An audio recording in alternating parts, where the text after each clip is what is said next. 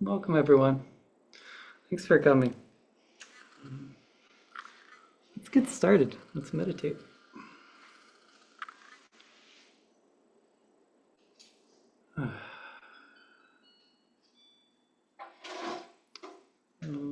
As always, it's helpful to begin with taking a moment to find a comfortable posture for the body.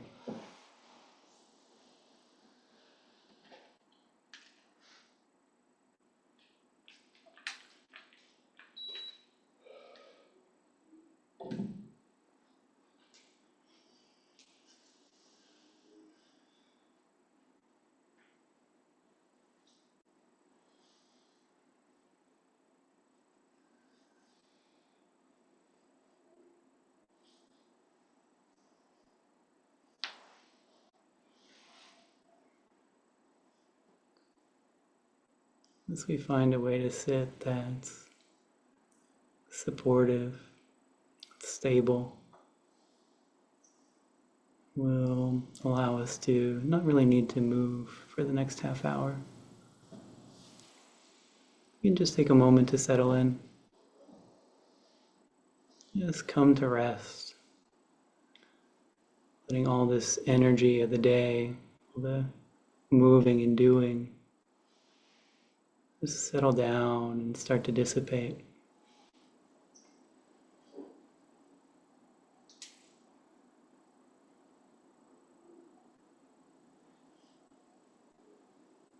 The body doesn't need to go anywhere for the next half hour. It can just be present.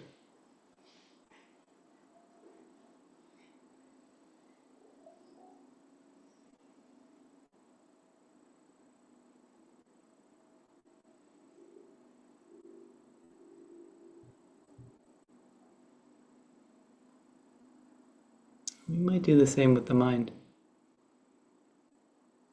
There's this momentum from whatever we've been doing in the day, the hustle and bustle, the doing.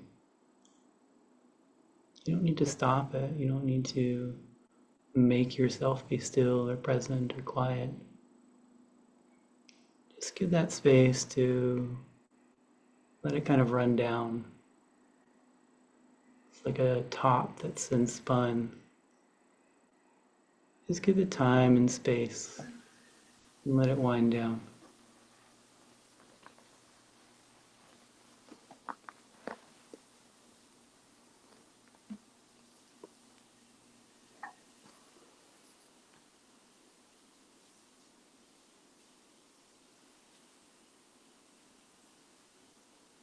It's really very little to do in this meditation. You might just gently let attention rest on the breath.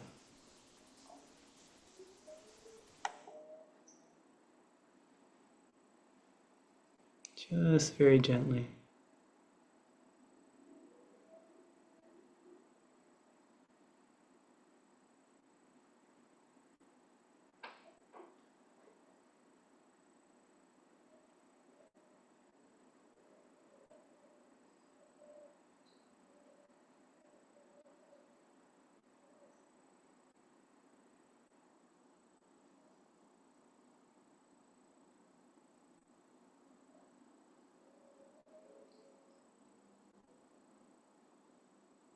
We do this to give the mind a respite from all the doing, giving it something to do other than worry or plan or daydream. Something that's calming and stilling to the mind.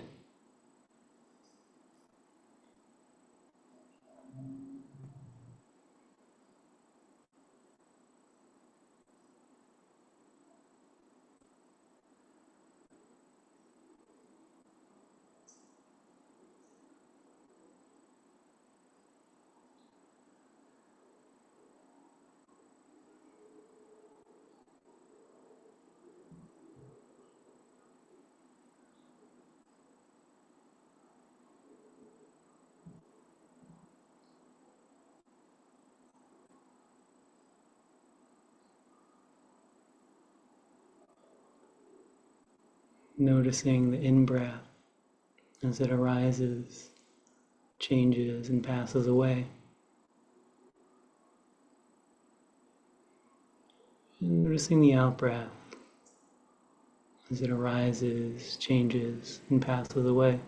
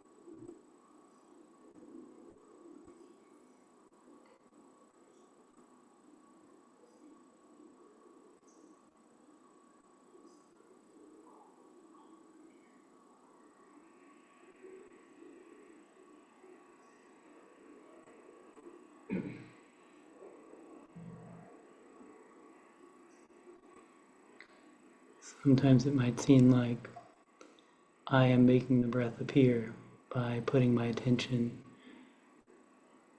in a certain way. But the breath is always present if we're not distracted, if we're not lost in thought or worrying or daydreaming. The breath is there and arises naturally on its own. You don't have to make the breath work to occur. It's simply not being distracted.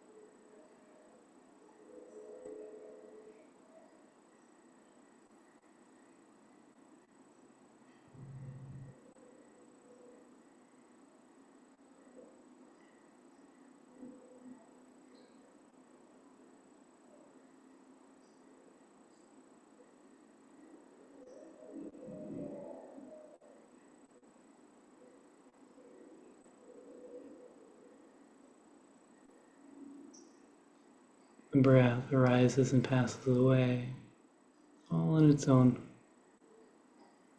without you needing to do anything.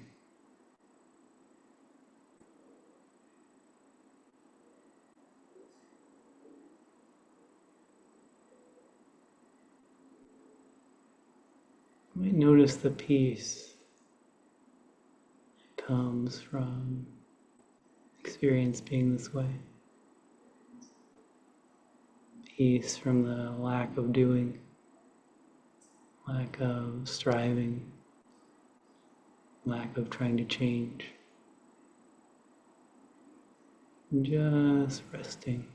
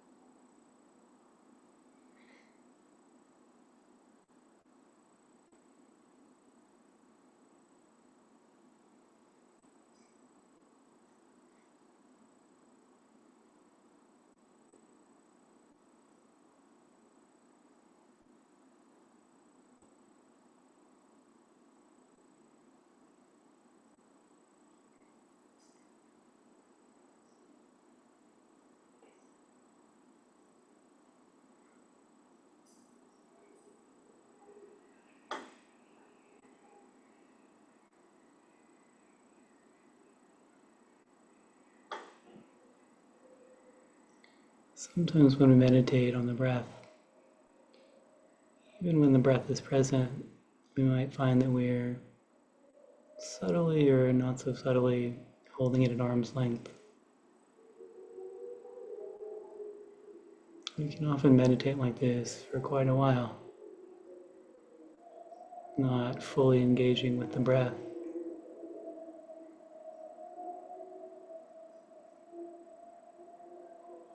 You might see if you can simply surrender into the breath. You don't need to be a part.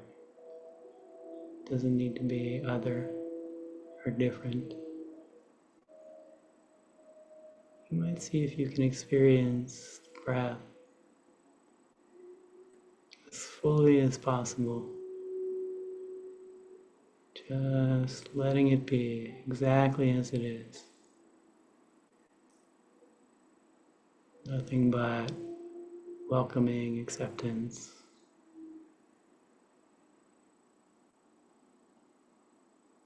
And live the breath fully.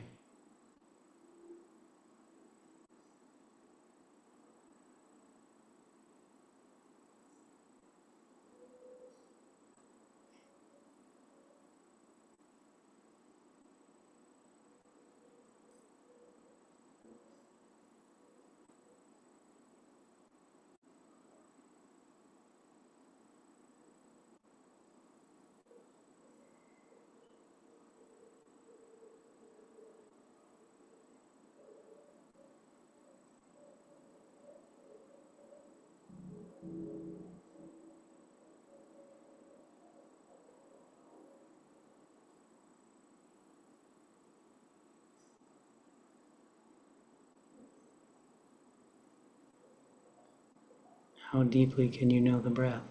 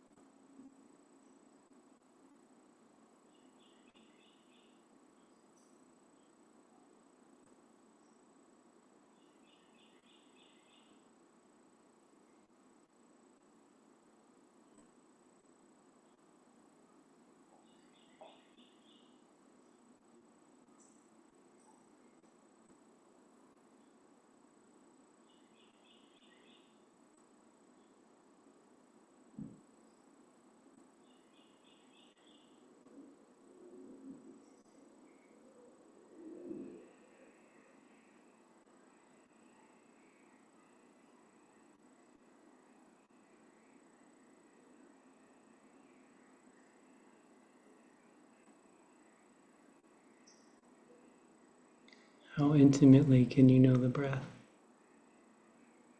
How fully can you experience that? How much acceptance can the breath be held with?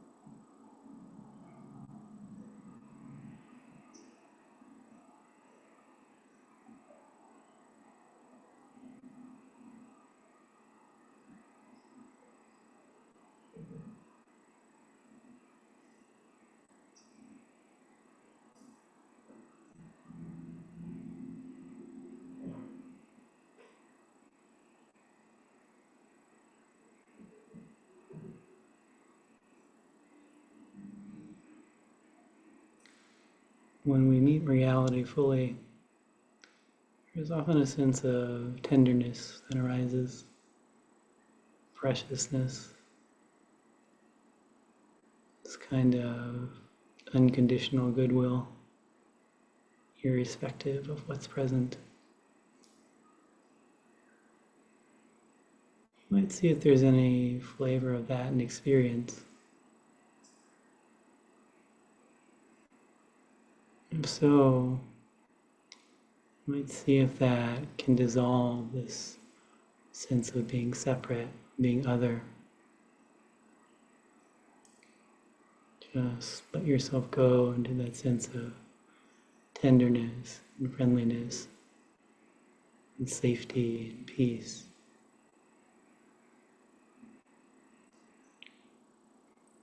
Nothing needs to be done. You are safe in this moment.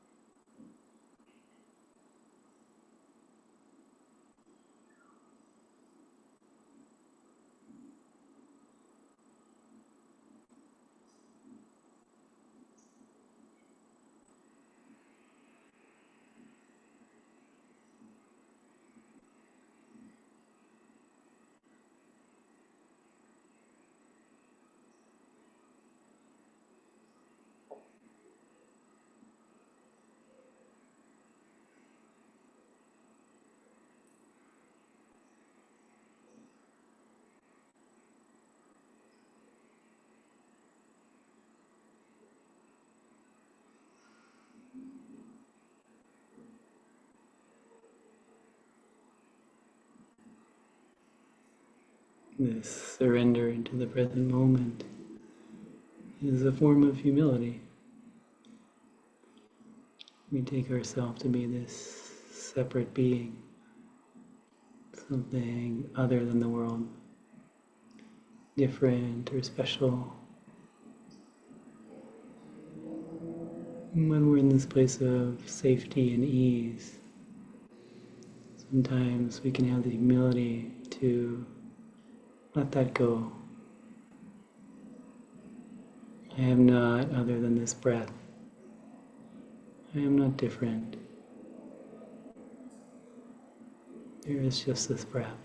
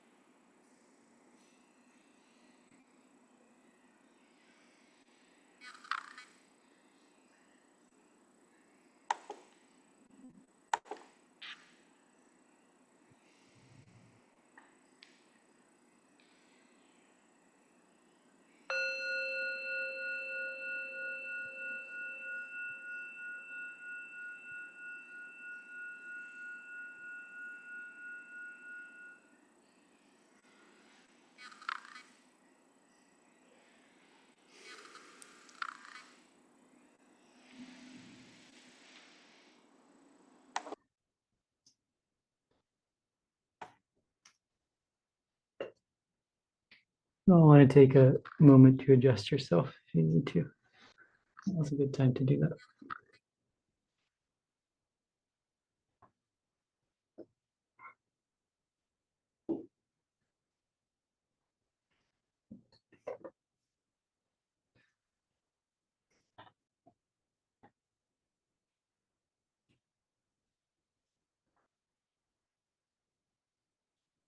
What is that voice inside your head? That stream of uh, thought and idea and planning and delusion and daydream and anxiety and just general nonsense. What is that voice? We take it to be us. It even sounds like us. If you listen, the words that it uses sound like our voice, but it's not us. That voice is the voice of what we take ourselves to be. So it's the voice of our kind of understanding of our sense of self, separate self. You can understand that as a manifestation of our tanha. Um, Tanha is a word some of you guys may have heard me use before. It's translated as craving or thirst. Um, if you think about it as the kind of thirst that you might feel if you're lost in a desert without any water, I think that gives a really good flavor for the thing. There's this quality of this kind of monomaniacal fixation on feeling that lack that you feel. So this voice speaks with says like many different things, but all the things it says are kind of one form, right? They're of the form, I need something to be different in order to be happy. Something about the world or something about yourself. And I guess it's a little sloppy to say that voice is tanha. It's not entirely tanha. Some thoughts we have um, are not coming from that place. But in general, that voice is the voice of us needing the world to be different or thinking that we need the world to be different in order to be happy.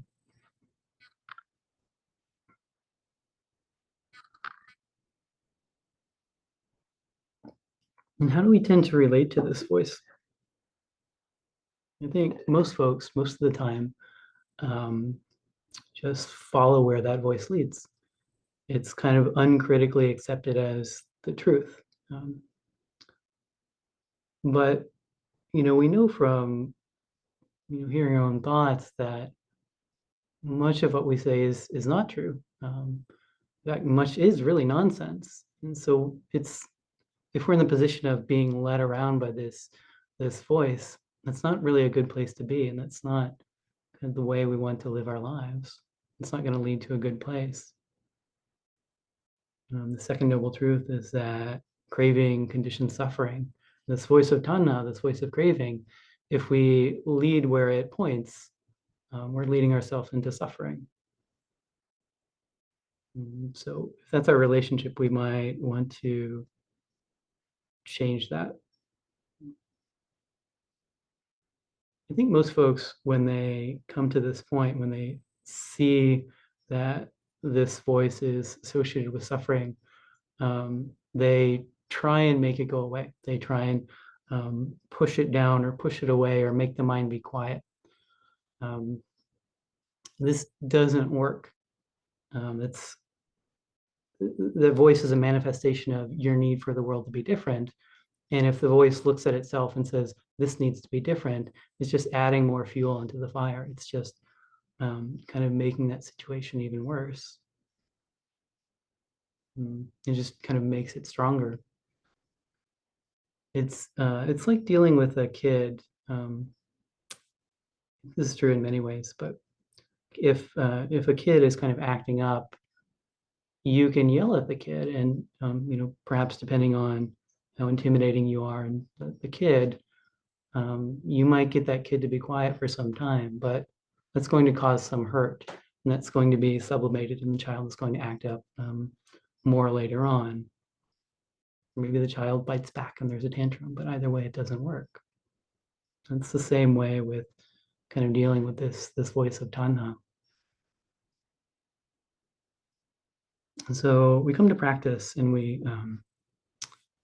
we maybe see that this doesn't work when we start to look at how at the kinetics of the thing. We start to understand it a bit more, and we understand that it feeds on itself. And so the attitude might shift to, rather than trying to make the voice go away, trying to make this kind of quiet space where the voice can just have this place to quiet down. Um, so it's, instead of yelling at the voice yelling at itself, it's the voice, telling it to be quiet. And there's a story. I think it's in the suttas, but I'm not convinced of that. I tried to look it up today and couldn't find it. So this may be Stephen's version of the suttas, but it's a good story. The Buddha and the Sangha were traveling, and one day they came to a rest near a river. The Buddha tells a monk, please go get me a glass of clean drinking water. So the monk goes to the river and he notices that the water is all stirred up. There's been a herd of cattle that has passed through the river, and the mud and the silt and muck has been kind of pulled up into the river. And so he goes back to the Buddha and says, I'm sorry, I can't give you clean water. The water is all stirred up. And the Buddha says, please go back to the river and get me a glass of clean drinking water. Maybe the monk is a little confused. Maybe the Buddha hasn't understood him, but it's the Buddha, so he goes back to the river. And he doesn't know what to do. He doesn't want to go back to the Buddha because he doesn't have any clean water. So he just sits and waits. And he sits and waits and sits and waits. And after a time, he looks at the river and notices that the muck has settled out. And now there's some clean water available. And he gets the water and he goes to the Buddha. This is how practice affects our mind. We give that voice space to just kind of be and let it play out without trying to push it away, not buying into it, not believing it, but not pushing it away either. Just letting it be. So it quiets down and settles out.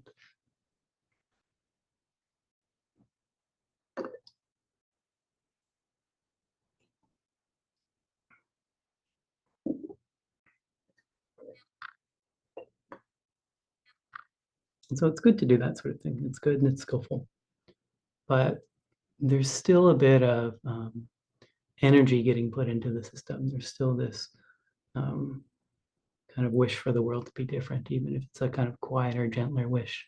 So that can't be the kind of final way that this voice goes, that this tanha goes. The solution is to let go, is to let go. This is the third noble truth.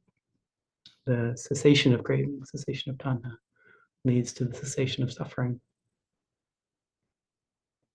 So there are a couple of things that we can think about in order to condition this voice to let go. And one of them is to treat the voice with kindness, treat ourselves with kindness. I made the analogy a little while ago about comparing the voice to a child. And I think this is a really good and really helpful way to understand that, because this voice of tanha it's a manifestation of our karma. It's a manifestation of the hurts that we've accumulated over our time on this earth, and depending on how you understand rebirth, before and past lives. And when we're hurt, when we're younger, if it's not dealt with, this persists and it carries with us, and it carries with us to the present moment. And what that hurt needs is to be seen and cared for and loved. And that's what that needs. That's how that goes away.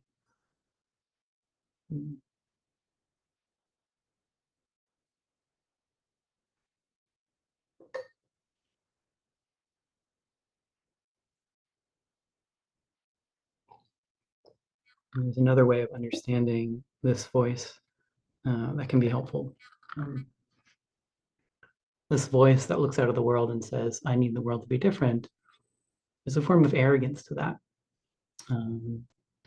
It's looking out at the world and saying, this vast world with the uncountable beings and all the stars and planets and galaxies is going one way, but no, all this goes my way, you know. So there's that flavor to things. His voice is trying to take the position of being the one to control the flow of karma.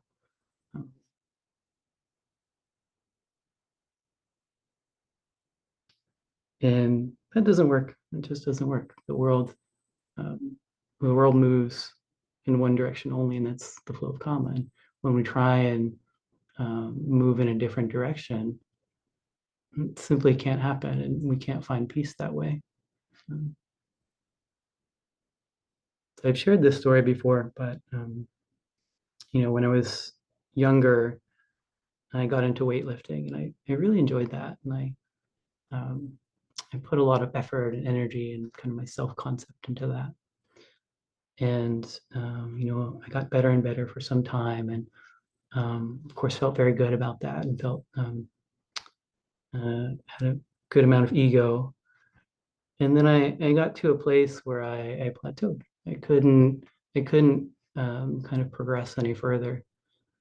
And that was not something.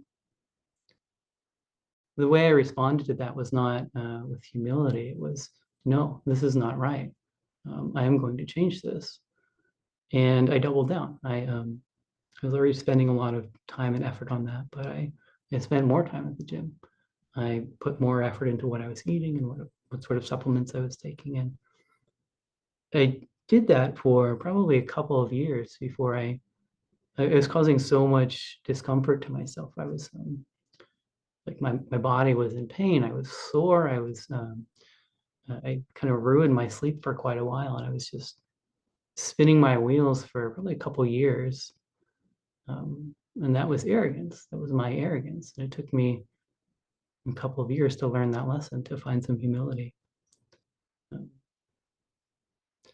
would like to say that, from that moment forward, I was never arrogant again, but that's not how it went.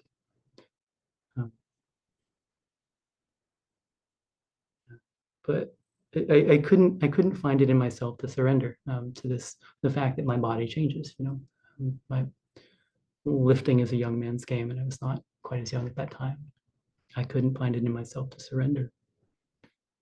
I think the reason why it's so hard to let go of some of this tanha, especially the things that are held very deeply and are very meaningful, is that we misunderstand what tanha is. Like we hear that voice and we think it's the solution to our problems, right? We think this is how I get happy, by following that voice.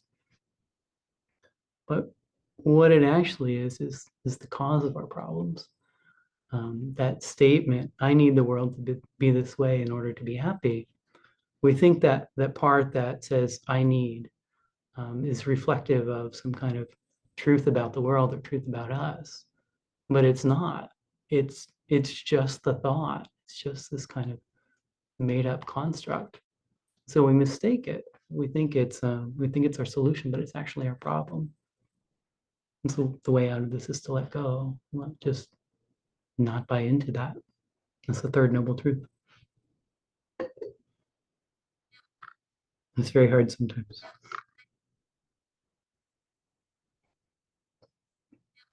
But this is true of everything. This is true of everything from the very small, minor annoyances of life to all the way up to death. I'll share another story of my own, but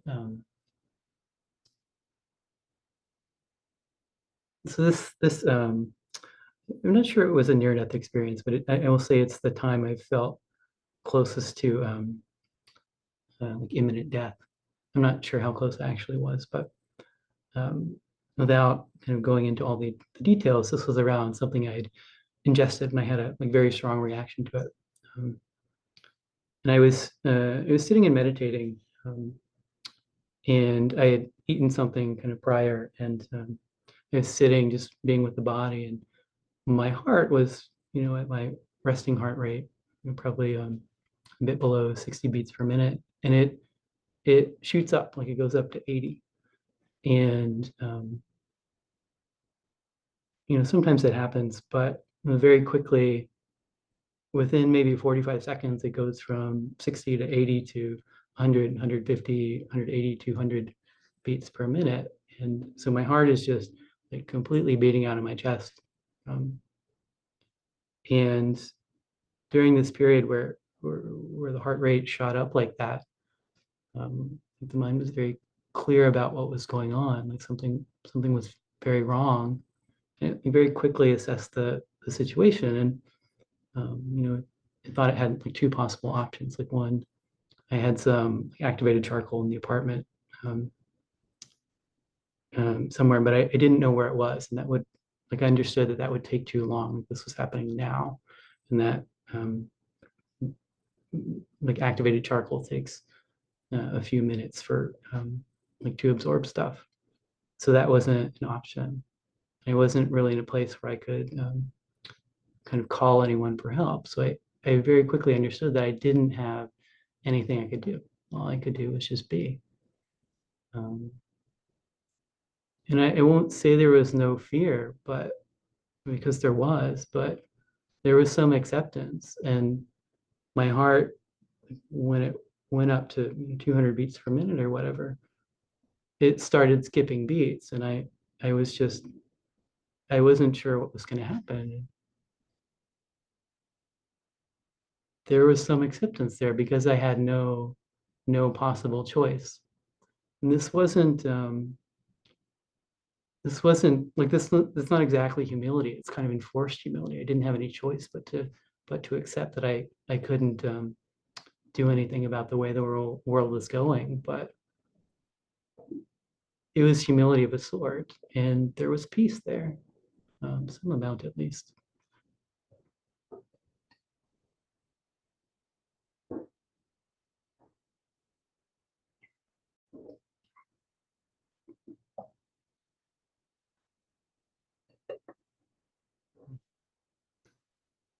Mm. Yeah, and you can.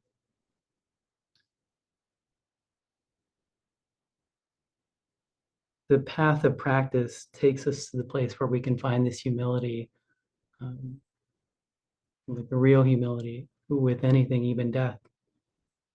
Christians have the story of Jesus at the Garden of Gethsemane. If you don't know the story, Jesus is about to be kind of betrayed and crucified and killed. Um, and so the night before this is kind of set to go down, he goes to this garden and he prays to God. And he doesn't pray for this not to happen. He prays for um, this to happen according to God's will. Um, Thy will be done. And I think folks sometimes understand this as him saying, "Okay, God, I'm going to do whatever you say." But if you understand the point of that allegory, it's that he's surrendering to the will of how things are. Like, he's not saying, "I will do your will." He's saying, "Thy will be done," as in, this is how things happen.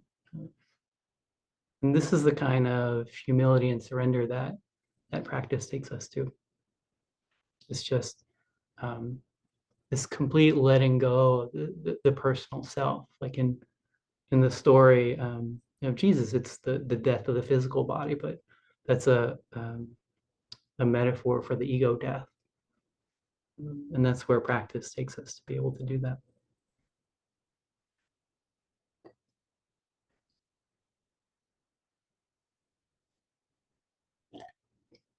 And that kind of willless surrender, um, with like a complete lack of any personal separate self, is something that comes about naturally and inescapably from seeing the truth of how the world really works. Um, I have an example that I'm going to try. Um, to see if I can explain the understanding that happens. See how it goes.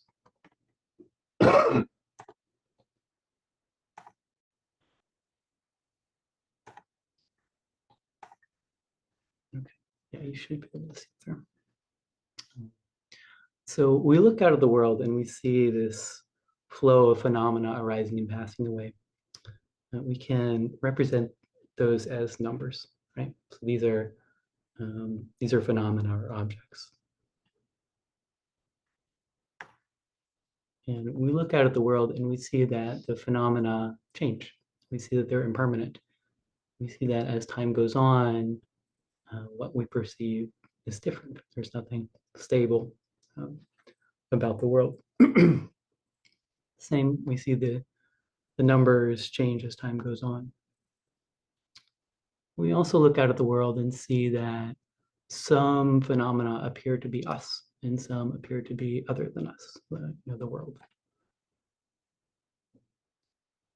And one other thing that we can see is that the phenomena, the world that we experience, have some quality of pleasant, unpleasant, neutral to them. Some value, some pleasantness value. We can use the numbers as that pleasantness value. So if we look at this picture, what we see is a story of a person's life.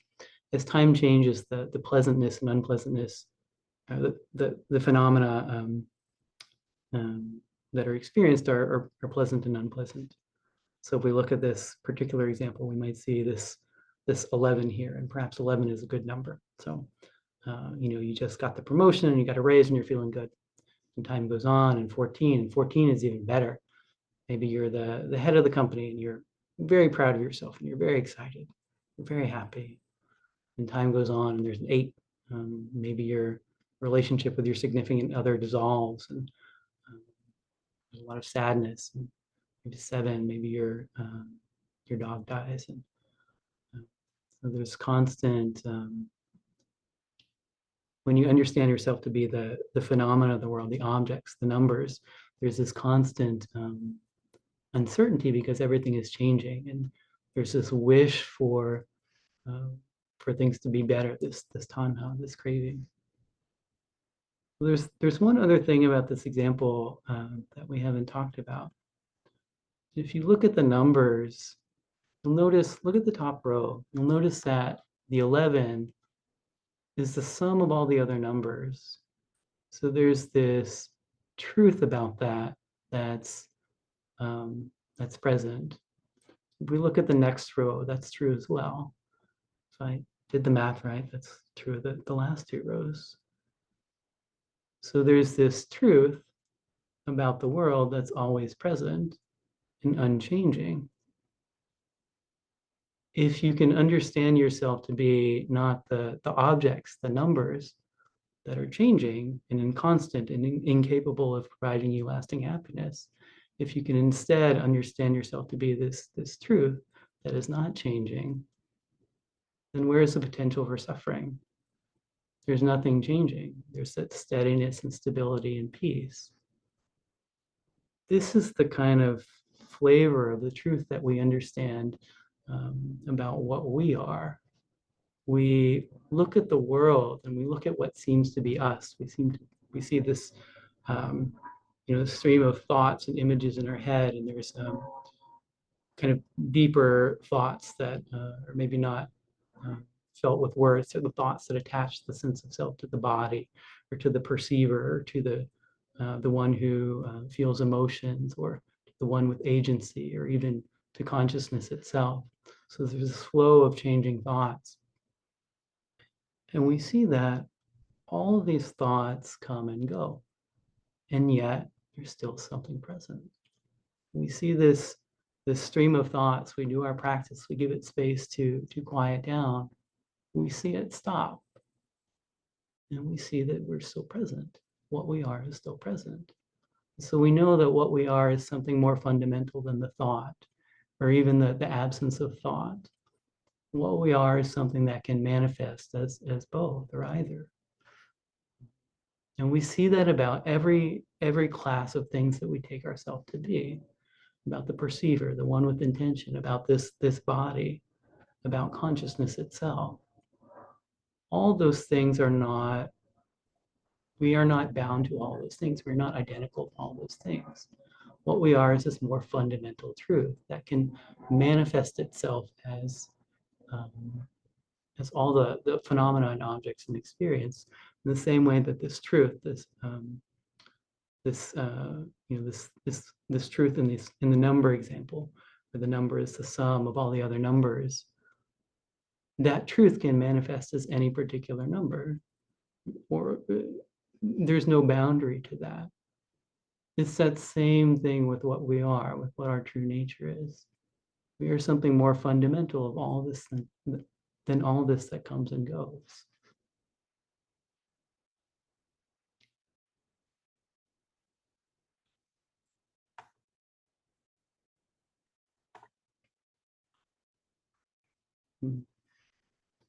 And so from this point of understanding, there are no problems. It doesn't mean that there's no pain or unpleasantness. It just means that voice that says something is wrong with the world and I need it to be different in order to be happy isn't present or isn't bought into. And I think folks, when they talk about nibbana, um, which is this concept, at least in the West, it's kind of conflated with heaven because the West has kind of Christian cultural roots, and I think when folks talk about heaven, people understand that as you're always happy because your problems are always solved. You always get the things that you want. But this isn't the case. This isn't what happens. What happens is that you're always at peace because not because you get all the things that you want, but because you understand that what you thought of as problems were not actually problems. And this is the peace that's found through practice.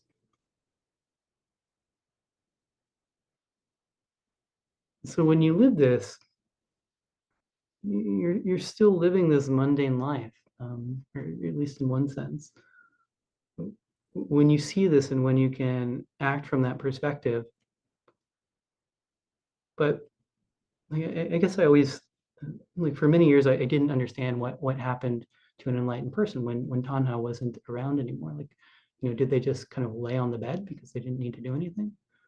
But it's not that. You live life, but what happens is that when you're not moving around from this place of what can I get the world to do for me, or how can I bend it to my will, what's present is what can I do for the world? What can I offer? What beautiful thing can I make with this life for myself and for others? And so you still live this life, but it's from this place of freedom and non-grasping, and this place of offering. The metaphor that kind of works for me is that of dancing. Like I've been dancing a total of 3 times in my life, and like I mentioned that I liked weightlifting, which if you don't know about weightlifting, the flavor of that is like you have a barbell on the ground with as much weight as you can possibly put on it. You are doing your best to rip that bar off the ground with all the effort that you could possibly make. This is my physical forte. So I go dancing a couple of times, and my experience of dancing is, that kind of plays into it, I suppose. And there's some, I'm sure I was kind of throwing these poor women around a bit, but like out of tune and out of step, and I'm sure it was not a very pleasant experience for anyone. But and that's what life is. That's a good metaphor for what life is like from this place of wanting, right? You're always kind of out of step with the world. But when you let that go, it's what dance is supposed to be. I think it's this thing of harmony and ease and flow and beauty and spontaneity and creativity, and that is what your life can be like. That is how you can live your life. And I think that's how everyone would want to live their life. It's yeah, there's no comparison to me. Mm, yeah, so when you let go of this tanha, the motive force of your life becomes, what can I offer? Mm,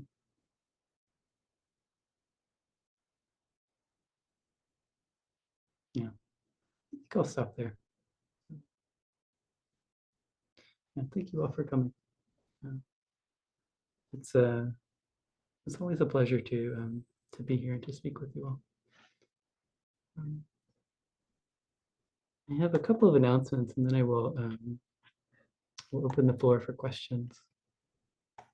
So there is a Sangha brunch this weekend, Sunday after the service. Everyone's welcome, although if you're intending to come, it would be helpful if you RSVP'd. But even if you don't RSVP, please show up. Or please feel free to show up. 2 weeks from now, 2 Tuesdays from now, there's going to be a Jukai ceremony for Olivia in place of the talk. Everybody's welcome in person or online. And there's also Dhammadeepa is starting up a 9-month study class on the fundamentals of Dhamma. And there's information about that on the website. It's not on the normal kind of events page, but it's in the title bar. There's a fundamentals of Dhamma link that you can go to.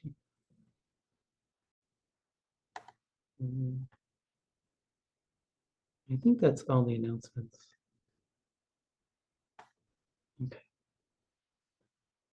Yeah, so I'm happy to answer questions if I can, or if you want to share. If you have any Dhamma questions in general, that's fine too. And hi, Jaya. I didn't get to say hello earlier.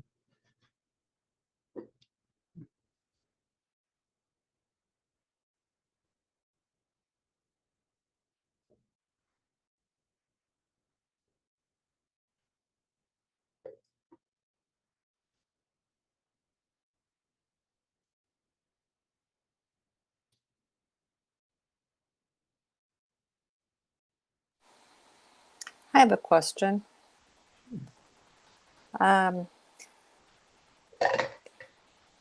You were saying, and everybody always says, you know,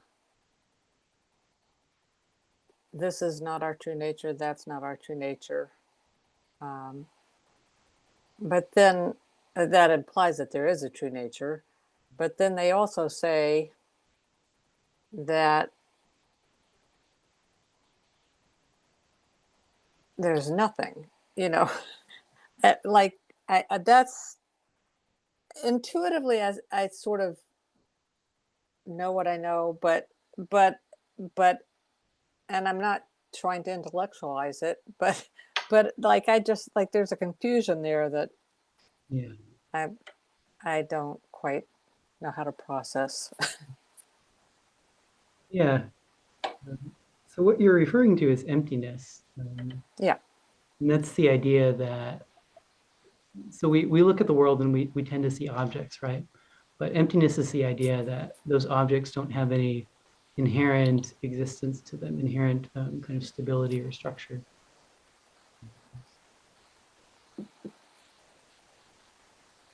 Yeah. Our true nature also has no structure to it. Like I've given words about it, but the words are just kind of pointers. That idea about our true nature being the truth about reality.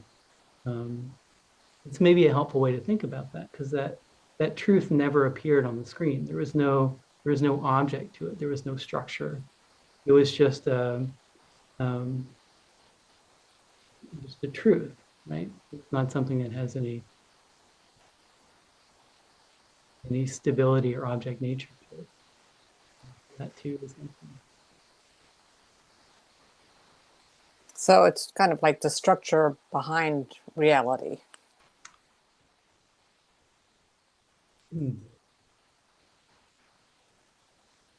That might be one way to put it. Yeah, it's or behind the process. I mean, we are a process, and it's the structure behind that, sort of. true nature is just what things are, just what reality is. We're always kind of expressing our true nature. That's the way to say it. But sometimes, most of the time, we don't know that it's not available. We feel like we're living in this world of structure, but what we're expressing is still true nature, just true nature veiled. I hope that's helpful. I do understand. Thank you. Yeah. Yeah, I never know like how useful it is to think about. Like it sometimes it's very fun to think about. Like it's fun to like sink your mind into a problem that's very confusing like that. I think there's some value to that, but I think the value is, I think the way that's the way you come to that is to see the truth of things more than to intellectualize about it. Not that it's bad to do. Thank you. Yeah, thank you.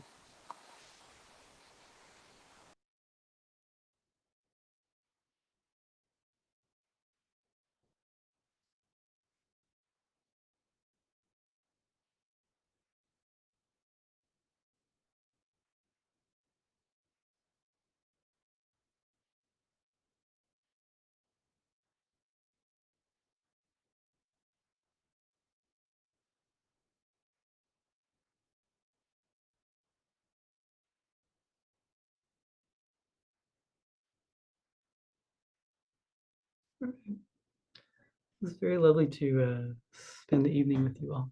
Thanks for coming. You have a lovely week. Take care, everyone. You too, Steve.